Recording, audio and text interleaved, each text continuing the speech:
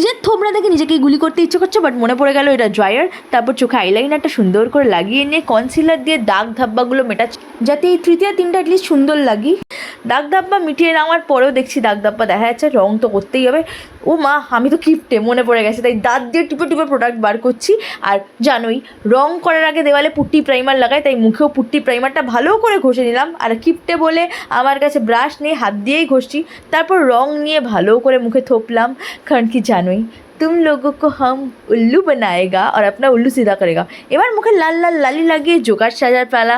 দেখতেই পাচ্ছ, গালে, নাকে, থুতনিতে সব জায়গায় লালি। আর এবার মুখটা দেখেছো কি সুন্দর লাগছে, কিন্তু নট ইয়েট।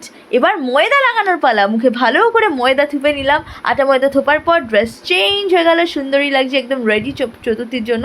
এবার জুতোর বলতে আমি নাগরা পরলাম। জানি ওয়েস্টার্নের সাথে নাগরা মানে না, বাট ये अब उनका स्टाइल है बॉस।